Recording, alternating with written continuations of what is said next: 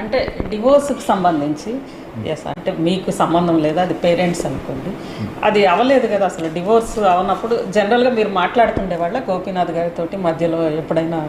అవునండి. సో ఇప్పుడు husband wife అంటే వాళ్ళ ఇండిఫరెన్సెస్ వేరే. వాళ్ళకి మీరు ఫాదర్గా మీరు మాట్లాడుతుండే వాళ్ళు? అదే నాది ఆయనది father and son relationship, just ఒక father and common father and sun.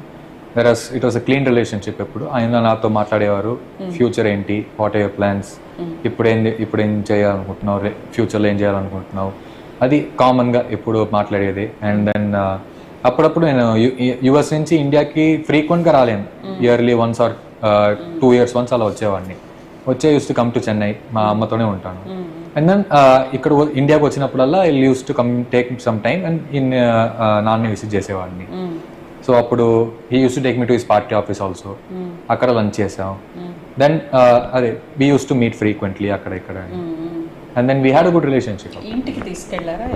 ఇంటికి వెళ్ళి పార్టీ ఆఫీస్కి మనం తీసుకెళ్ళి అక్కడ మీట్ చేసేవాళ్ళం. And then we use to meet outside, కానీ we use to spend the whole day అక్కడ. మీకేం చెప్పేవాళ్ళు జనరల్గా ఫ్యూచర్లో ఏం అవ్వాలని గోపీనాథ్ గారు అనుకున్నారు మీ గురించి? అదేంటి mostly like he wanted to know about my future.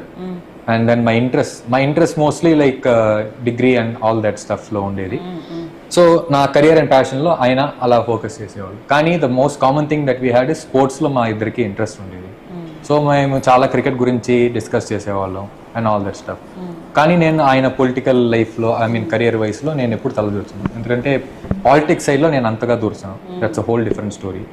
కానీ we had these other talks like నేను వచ్చి మోస్ట్లీ ఎడ్యుకేషనల్ సైడ్లో ఇప్పుడు కంప్యూటర్ సైన్స్ చేశాను. నెక్స్ట్ నాకు ఫైనాన్స్లో కూడా ఇంట్రెస్ట్ ఉంటుంది నేను. సో ఆ గ్రోత్లో అలా నెక్స్ట్ స్టెప్స్ ఎలా ఏం ప్లాన్ చేస్తున్నాను, ఏ కంపెనీలో ఏ టార్గెట్ ఉంటుంది, ఏ కంపెనీలో నాకు ఉద్యోగం రావాలి, అది ఎలా చేస్తున్నాను, తర్వాత ఇలా లైఫ్